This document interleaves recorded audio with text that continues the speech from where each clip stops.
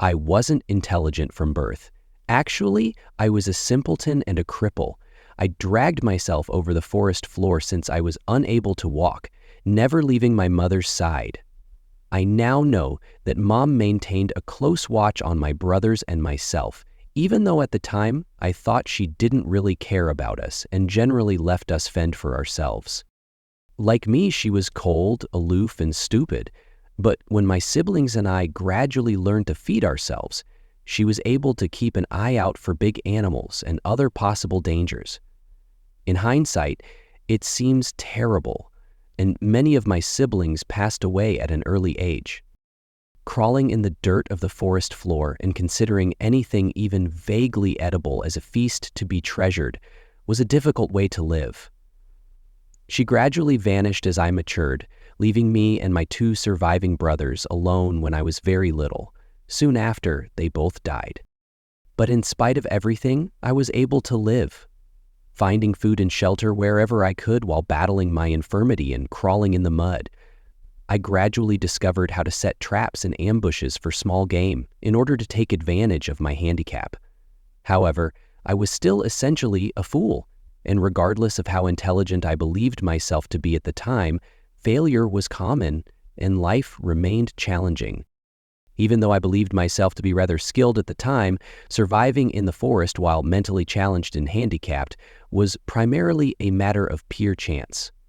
I went very slowly, yet cautiously, and I never stopped in one spot for very long. I ate whatever edible food I could find lying around, mainly small creatures that I could trap, but I could go for extended periods of time without eating. I eventually came upon a tiny brook and a smaller cave close by. For a time I called it home. Although it wasn't much, it was effectively concealed and offered some protection. I would eat as frequently as I could, lie under trees, and occasionally drag myself out to the stream to enjoy the warm tropical sun. Back then, those were my basic joys in life. Being disabled made it impossible to run from predators who were a constant threat. I therefore learned to hide. I became able to read my surroundings. I became aware of when to be quiet and when to be loud, and I managed to survive in spite of everything. Once more, looking back, I thought I was smarter than I actually was.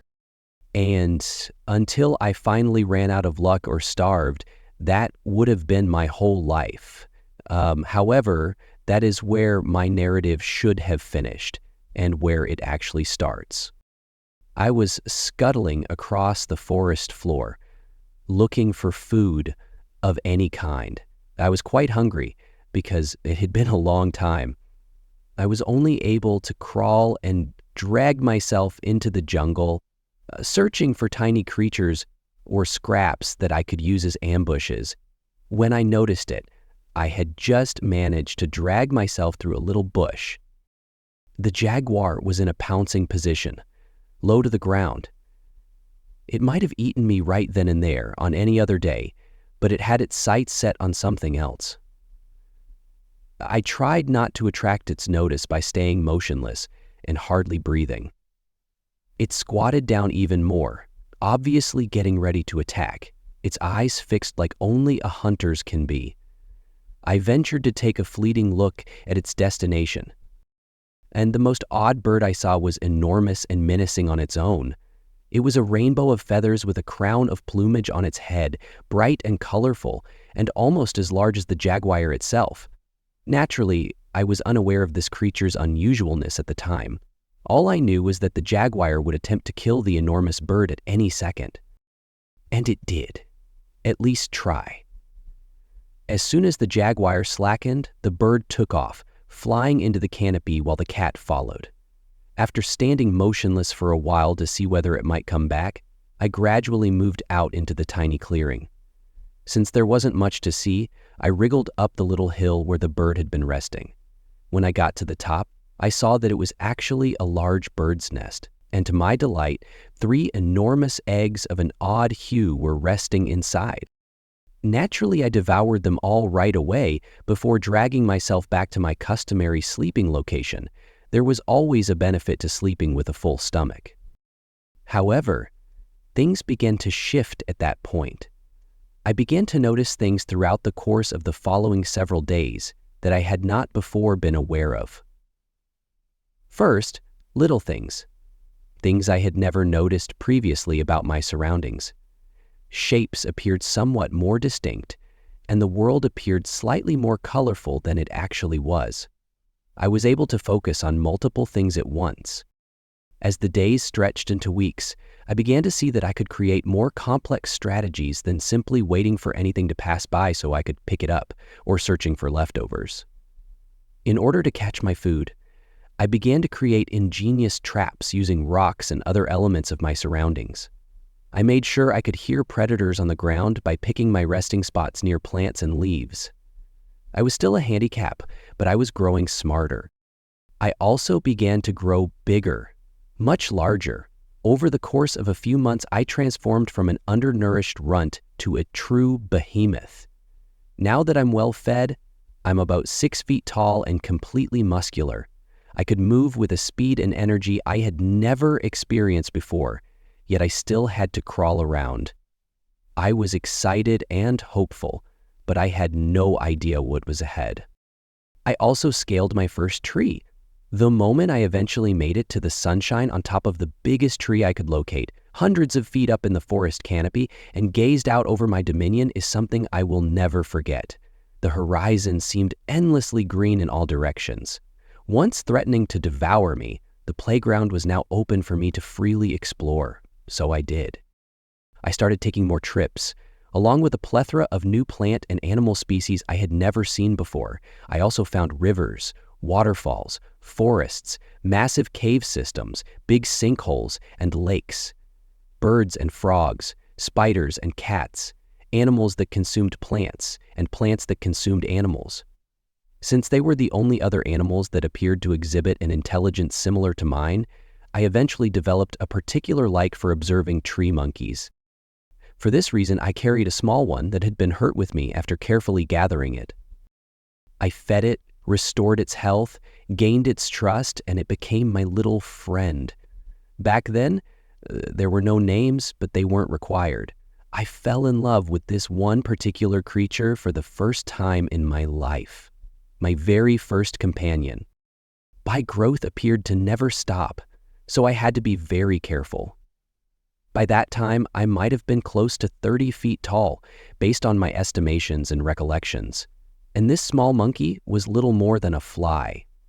However, the happiness he gave me while we were traveling together, when he picked small fruits for me, and when he slept soundly next me, made me realize how alone I had been for all those years, traversing the forests alone. Never felt like more than a spectator, always just watching. I was obviously devastated when he passed away quietly from elderly age. I had witnessed his gradual weakening and degradation, so I knew it was coming. Time changed the world around me, even if I appeared to fight the passing of time and keep developing. Rivers shifted, animals came and went, and landscapes gradually changed. I returned to a more observant stage of my life when he passed away, spending much of my time exploring the forest and taking in the sights and noises that were all around me. I'm not sure how long I stayed that way before they discovered me. These monkeys were even more like me than the others. They had great cunning. They were quick and steady in their noises, directed at one another. They employed instruments similar to mine, perhaps even more ingenious than the ones I had created. They were obviously afraid of me. I loomed over them, almost as tall as the trees, a behemoth. Though I occasionally went to keep an eye on them, I mostly left them alone. I no longer needed such a thing. So they constructed odd dwellings out of sticks and leaves that were not too different from the one I had previously constructed out of rocks. They even seemed to have the ability to control fire, illuminating the night in ways I had ever witnessed from the thunder of a furious sky. Even while their hesitation and dread never completely went away, I gradually earned their trust as more and more of them came to see me over time. We were able to converse fairly effectively when I put in some effort and gradually figured out what their noises signified. They would frequently approach me with inquiries about the region, water sources, good hunting areas, and locations for a new community. I had gone practically everywhere after all. One day, a few of them began leaving odd stone carvings near my bed. One of them, a youngling who had come to beg for my assistance in removing a large tree that threatened to topple over his home, was the one I asked about the relics. They were left as offerings, he explained, so that I may bestow good fortune upon them. After telling me that their lives are brief and difficult, he assured me that a god like me could undoubtedly improve their lot in life. I had never heard of the existence of a deity before. I had already been lending these young ones my expertise whenever they requested it, because I had grown fond of them. He was right, though. I was capable of more. A lot more. As I loomed over their town, I recall the terrified expressions on the faces of many of the small people. I don't know if they were anticipating some anger for a perceived offense, but I promptly demonstrated my willingness to assist by taking down the offending tree and placing it out of danger. Over the following few years, our connection grew rapidly, and they came up with amazing and ingenious initiatives that capitalized on my size and relative strength. For a while, everything went smoothly, and I actively participated in my new friend's life. It brought back memories of my long-lost monkey companion, but this time there were a lot of them, and I could talk to them and express my emotions. I had a great experience, and we made a lot of progress. To get water to places where people could grow crops, we dug trenches.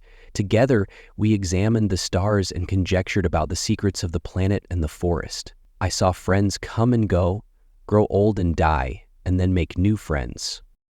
However, after many, many years, the number of friends increased and expanded and expanded.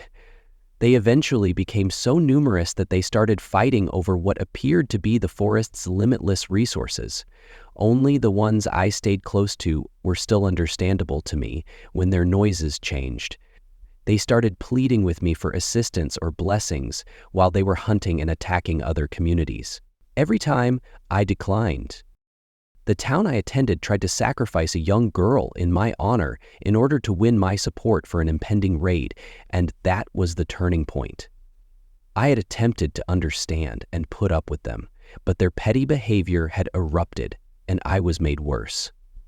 There were too many communities, too many people, too many disputes, and too much sorrow. As a stupid cripple, I felt as though I was crawling through the mud once more, having little means to get anything done and without knowing where to go or what to do. When they put that little girl on the altar, I realized that I had forgotten what it was like to be powerless. I therefore agreed to their sacrifice.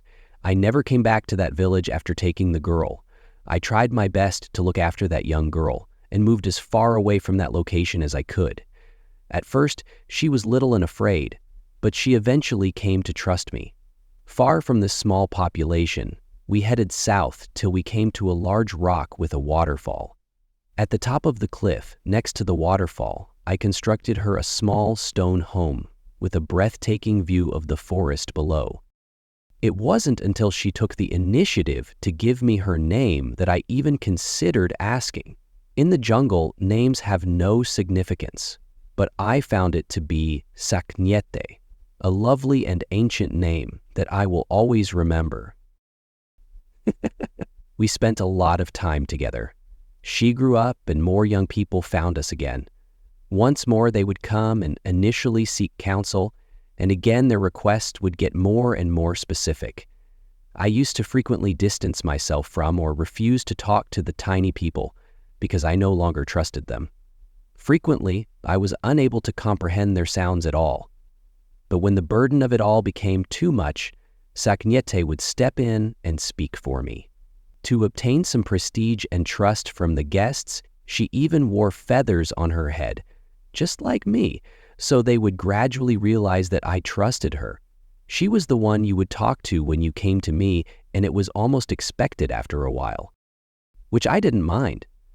We came from comparable backgrounds, and she never once misrepresented me. I knew she could be trusted. She was abandoned by fate, but later entrusted with something exceptional that we might utilize to benefit others. She was skilled at what she did, and I gradually realized it. I saw her bridge gaps, build coalitions, and ultimately bring an end to a conflict. She was a politician, and she knew how to utilize my name and influence to influence the lesser people, whereas I was just an ordinary forest dweller to improve them. Even more than I adored that little monkey, I loved her. She was compassionate and kind, but yet wise and unyielding. She shared with me knowledge she had gained from our guests that I was unaware of. Knowledge was compensated for with knowledge because we had no needs. Arithmetic, astronomy, philosophy, and more slowly, bit by bit, came forms of what I would eventually discover. Despite being older than many of the trees, it provided me with a fresh perspective on the world that I had never given enough thought to before. I was constantly in awe of these small individuals' creativity and intelligence, and it was she who ultimately encouraged me to trust them once more. I began to play a more active role again, but since I was largely confined to one location, I studied, thought, and tried to help the little people in whatever ways I could. I absorbed information and shared it with everybody who asked. The little ones appeared more than happy to come to me, but I was now too big to roam the woods freely without destroying it. The little people had called me many names before, but this was the first one that I really took to heart. Saknyete even gave me a name. And my heart grew almost as quickly as I did during those years. I was devastated once more when she passed away. It was a terrible mishap. Now that I was almost 140 feet, I was so big that it was difficult to even walk through the woods without stepping on everything. This caused me to spend most of my time sleeping or gazing out over the vast and beautiful jungle, which was framed by the mountains hundreds of miles behind it, and to tend to just stay in the same spot near the top of the waterfall. When I woke up, I discovered that I had unintentionally crushed her to death. I have no idea why she had approached me so closely while I was asleep that night, or what cruel twist of fate had caused me to roll over. I hardly recognized her at all. That was the first time I had ever genuinely cried, even though I had before witnessed the small people cry. I was not even aware of my own abilities. Then, avoiding everything, I backed off more into the forest. Everyone was so small, and I was so frighteningly enormous.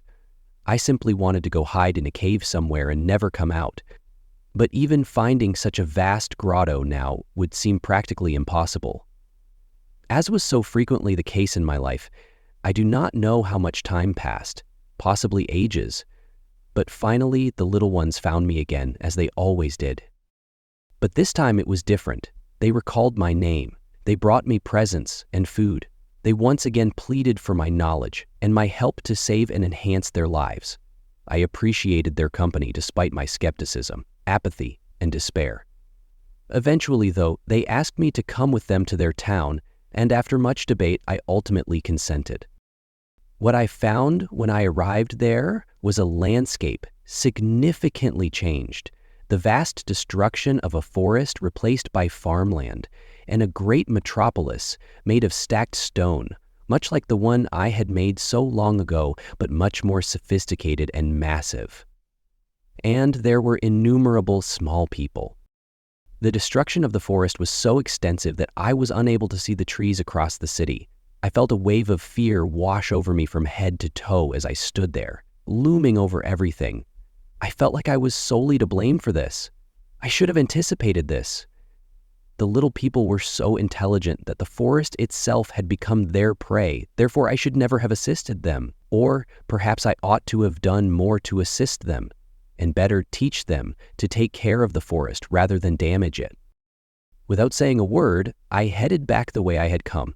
For a while, they followed me, screaming and calling my name, but finally gave up and went back to their bleak house. I continued southward, much further south. That bird from so long ago was in my dream. Was it the final one of its sort? When I consumed its eggs, what harm had I personally caused to it or its species? Though it was constantly at the back of my mind today, I wasn't smart enough to think like that when I did it. How simple it is to ruin something lovely out of ignorance alone. I went to sleep after finding a new cave that was big enough for me to fit snugly. I'm not sure how long, as usual, probably ages, and the small people roused me up once more. In my opinion, they hadn't changed much, but their noises were novel. They explained the situation to me after I finally understood them again, which took some time.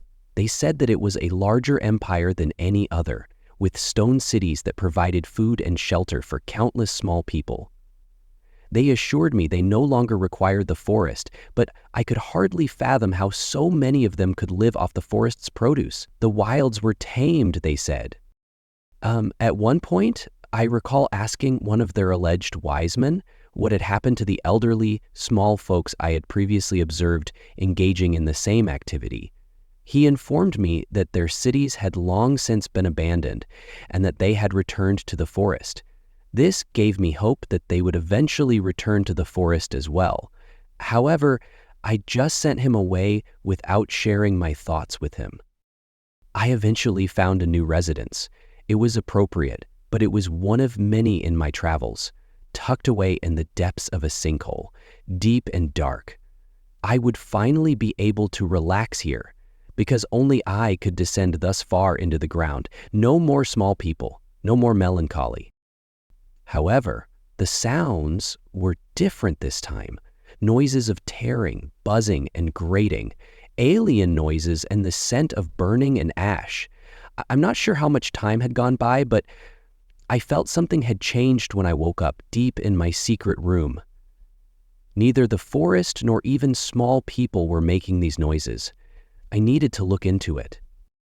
When I emerged from my cave, I saw smoke rising in the air and vast tracts of woodland that had been entirely destroyed by fire. I went to check what was going on and saw the small people using weird equipment I had never seen before to burn, chop, and tear at the trees. Noisy equipment, violent implements. After a few of them noticed me, they quickly started yelling and running away in large numbers. I couldn't comprehend. There were no crops here, no city. Why were they killing the forest, burning it to the ground even, not even using the wood from the trees as they used to do? The destruction seemed to go on forever as I passed through it.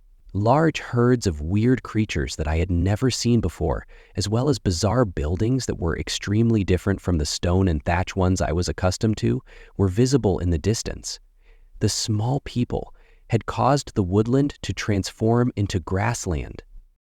For several years, I kept watch over the region, terrifying everyone who ventured to enter. Wherever I came upon the infrastructure the small people used to attack the forests, I destroyed it while patrolling and wandering around. Since they usually ran away from me, it wasn't difficult for me to make sure I never hurt any of them. However, I grew heartless and thought the small people were a plague, a sickness I had let grow. Once more, I thought I was to blame and that I could have avoided this. Time went on, many years, many suns, and many seasons. I recall seeing an odd bird soar overhead one day. At the moment, it reminded me of the bird from my childhood, but now I realize it was an airplane. Magnificent and enormous, stunning. I watched as it vanished over the mountains, but it was moving too quickly for me to follow. I recalled speculating about the new places the bird would find there, ones without small people perhaps. But despite my best efforts, I was powerless to stop the devastation. Simple tools, lots of fire, and always small groups. There was no way I could be everywhere at once. I was depressed. After some while, I was discovered by an elderly man who made strange and novel sounds when he spoke to me. I ignored him at first, but he persisted and refused to go, sleeping close by every night. He would visit me daily and would yell at me in the same way. I decided to let him stay for a bit so that he could teach me the new noises, because he appeared harmless, and I felt lonely. After a while, our speech became clearer. He was also born in the jungle, and he gave me his name, Fabio. I heard a lot of weird, amazing, and awful things from him. He informed me that cattle were now raised on the land. He explained to me that the silver bird was actually a machine made by tiny humans. He shared with me his knowledge of history, science, and society, that there were entire nations of small people all throughout the earth, that the small folks had conquered it all. He appeared saddened by it, which made me think he was just like me. He claimed that no one still knew the old practices, only taking what you need and living in the garden. He claimed that not many people still believed in me, and that I was either a mythology taught in schools or a terrible tale meant to terrify the children of frontiersmen. That people who said they saw me were regarded with skepticism. He also claimed to have seen me when I was a child, running away from his parents at the edge of the forest, and to have been looking for me ever since. My father-in-law attempted to kill me a year ago. The excursion up to his family's cabin in the woods was expertly organized by him, forcing me into the old, dried-up well. I had my phone stolen. I suppose his perverted form of mercy was leaving a gun in the well, which allowed me to choose to end my own life, rather than starve to death. He would have gotten away with it either way. However, he had failed to account for the lost dog. I never imagined that a couple would come in search of a cherished pet that had run off after a deer. That after almost 3 days in the well, they would discover me, half dead from famine and dehydration, holding the gun and giving it careful thought, knowing full well that I would perish from thirst before starving. Days have passed with no rain. My wife Samantha was holding my hand when I woke up in the hospital, her lovely face dripping with tears. I only wanted to stop her crying, even though it hurt my body. With considerable effort, I lifted her hand to my lips and gave it a delicate kiss. I was really concerned about you. How did you fare? With tear-filled emerald eyes, she pleaded with me.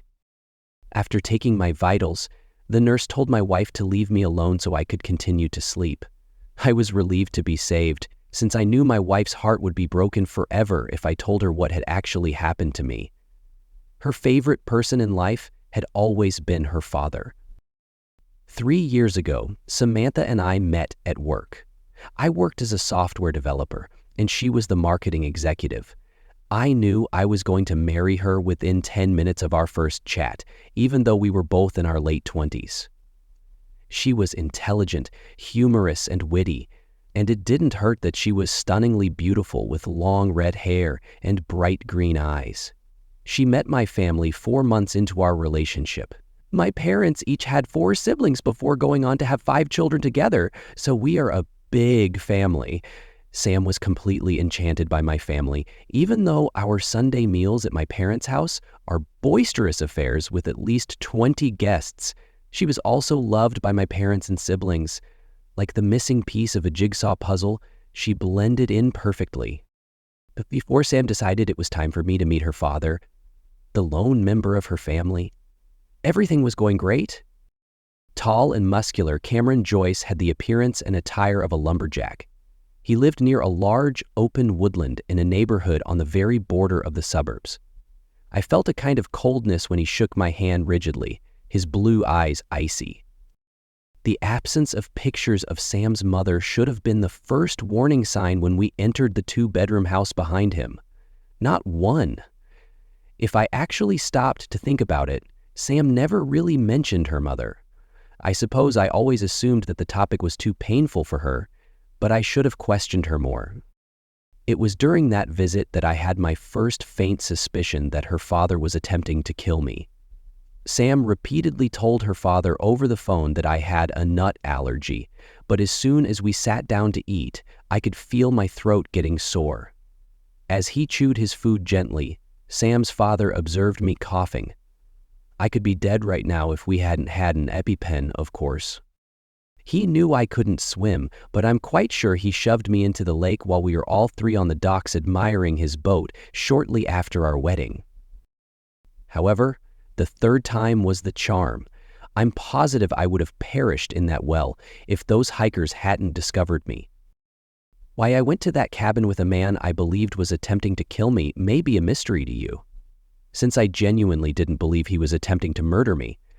Both of those instances could have been accidents, but my brain claimed that I had misheard or misinterpreted the circumstances. Sam was very devoted to her husband and father. I was also unable to shatter her heart. The ride to the cabin is something I will always remember. My father-in-law didn't say much. As a result, I nearly exhaled in relief when he chose to share a tale with me instead of continuing to chat to fill the void between us. There once was a boy who lived a happy life with his family in the forest, he remarked, maintaining his gaze on the road. He was accompanied by his parents, grandparents, uncles, aunts, 3 brothers, and all of his cousins. Although he had a lot to do in the woods and little knowledge of the world outside his family's house, he never pondered. The youngster and his family lived off the land, hunted and prospered for a while, and everything was good and how it should be. The boy didn't see the woman in white in the middle of the trees until he was 19 years old. She gleamed like a white will-o'-the-wisp, shimmering and ethereal. His mother advised him to avoid the woman when he questioned her about her, because on a sickle moon night, nothing positive emerges from the woods. We were getting close to the cottage now, and as we got closer, I started to get a freaking chill. I had a strong feeling that something wasn't right. The youngster paid attention to his mom. He didn't search for the woman for 2 days. He ended up strolling into the woods outside the house on the 3rd night. He glimpsed the woman's face as he got closer. Her knees were covered in glistening gold hair. His mortal intellect was unable to comprehend the beauty of his face and its ice blue eyes, which shone with the promise of an eternity. She extended her hand to him. He stretched out and snatched it, enthralled. He parked the car and shut off the motor, but he refused to look at me. Instead, he told me this unsettling story while gazing into the forest's depths. The moment he grasped that hand, it seized him. A year later, they discovered him living in a cave at the summit of a mountain, naked and deranged, speaking a foreign language that they had to make up. The fact that both of his legs, from the knees down, were gone was horrifying.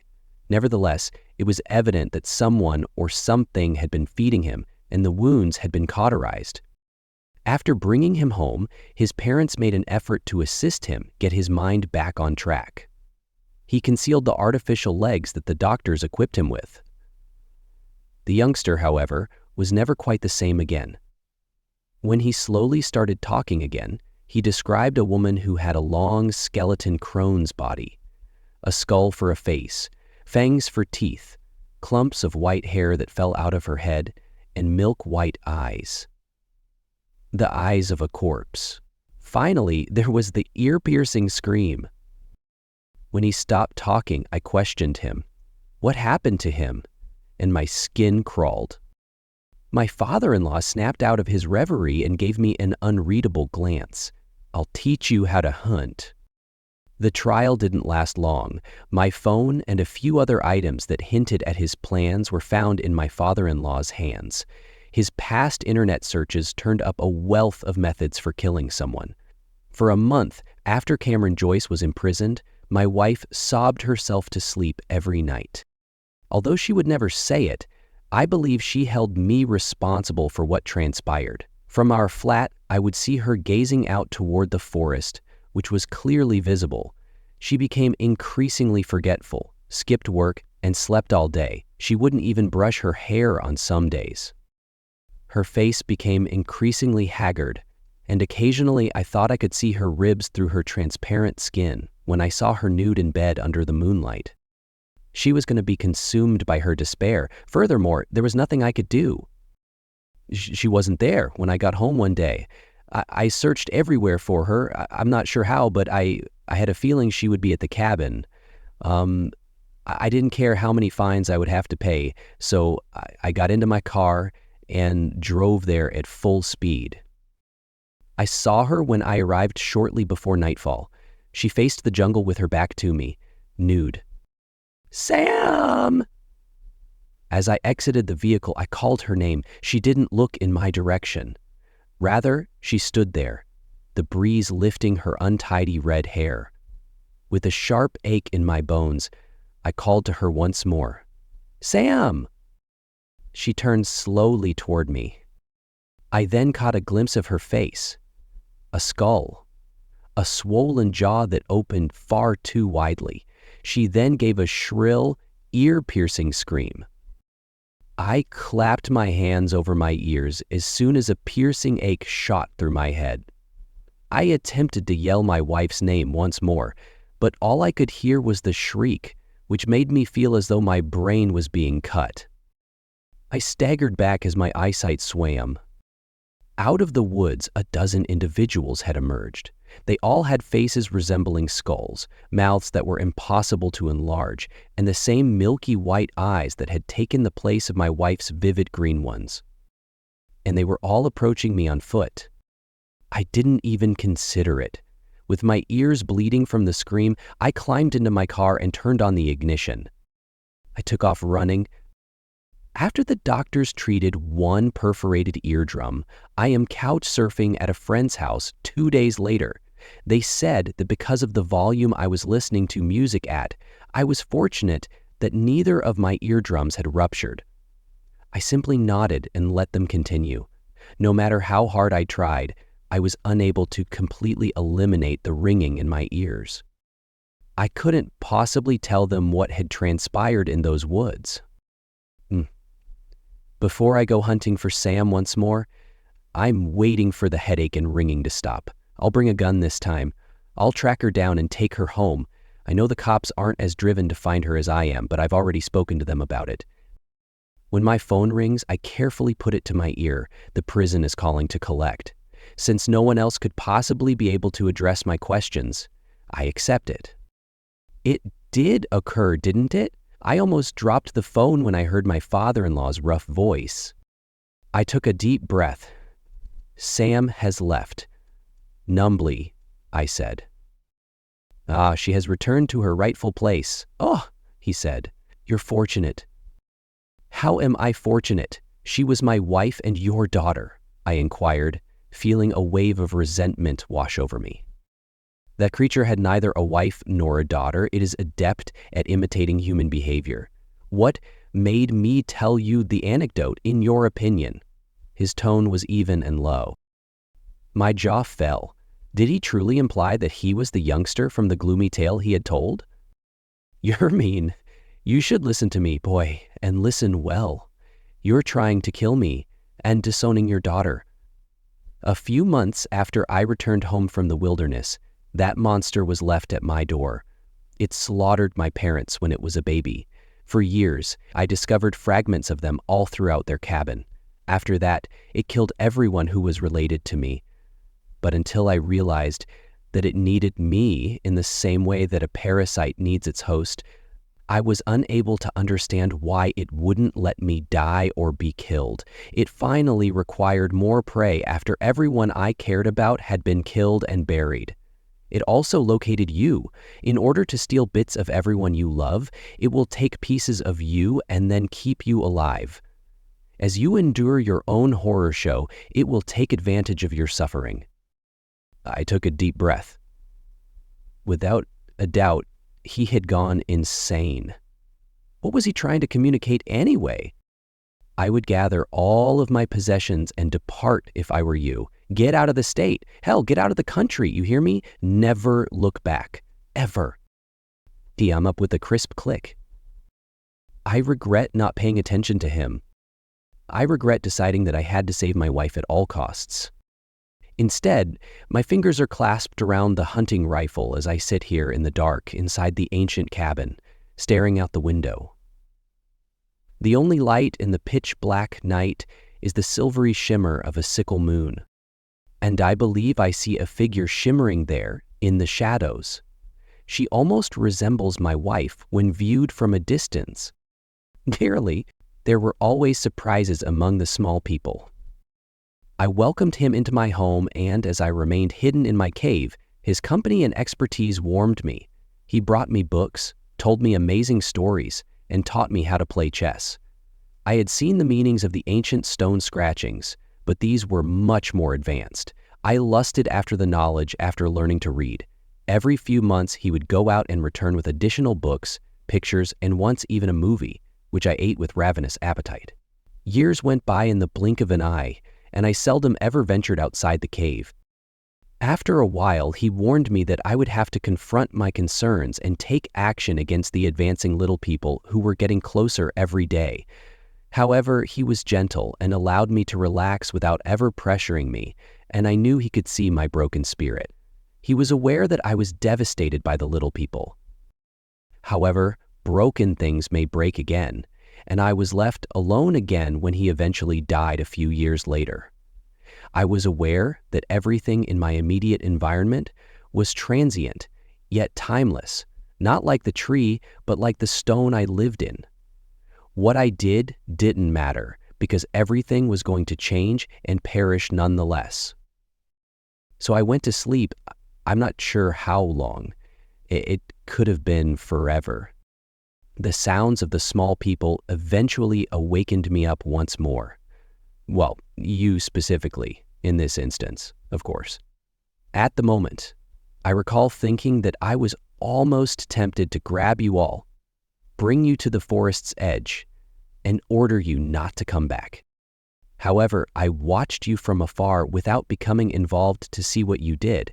To my amazement, you all were nothing more than considerate of your surroundings, even though I had already lost enough faith in the tiny people that I was ready to crush you if you did something wrong. After watching you for a few weeks, I discovered that you research flora, save animals, and keep records. Like the ancient small people, I watched you exploring and enjoying the forest's wonders, the same as I did. It dawned on me that you were the scientists the old guy had mentioned. You weren't here to destroy, but to learn. At that point, I made the decision to come out.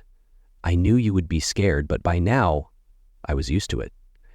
I can still see the expressions on your faces when I initially presented, but I can only guess that your natural scientific curiosity took over when I was able to reassure you that I was harmless. I am motivated by the same curiosity. I think you are as good-hearted, caring, and well-meaning as the other tiny people I used to know. I trust you with my story because of this. Even though I was previously referred to as a deity, I am as defenseless as a tiny snake slithering in the muck on the forest floor, paralyzed. I hope you can share it and assist me. At that moment, I switched off the recorder and gazed up at the enormous feathery serpent. I assured him that I didn't need that and that I would see him again as soon as possible. He gave us an understanding nod, but his eyes were sad as we gently left the cave we had spent weeks investigating and entered the woods. My coworkers and I had anticipated finding a vast, unexplored network with potentially uncatalogued species. We were surprised to see this specific uncatalogued species. We are setting up camp with less than a day away from the airfield where we will be picked up, as I composed this journal of his recording. I'm not sure if people will believe me or assume I manipulated our photos, but everyone on the team believes that we should be cautious so as not to draw undue attention to him. But I must take action. After all those initial days of fear and uncertainty, when we weren't sure if we had found a monster or if we were going to die, I can still clearly recall the first words he said to me. However, the creature proved to be anything but. When he first addressed us, he remarked, "I have been watching you, and I will never forget it. Do not be afraid. I've spent a lot of time here. I'm slogging through the muck once more as the world changes. I used to be a small forest snake, but a long time ago, someone I loved gave me the name Quetzalcoatl. I am as defenseless as a small snake once more. You are necessary to me. My house gets smaller every day, and the little people get bigger. To avoid their gleaming birds and stinging smoke, I have to hide farther and farther away every year. Even though I appear large to you, I am merely a basic creature that crawls in the mud. Help me save my house, please.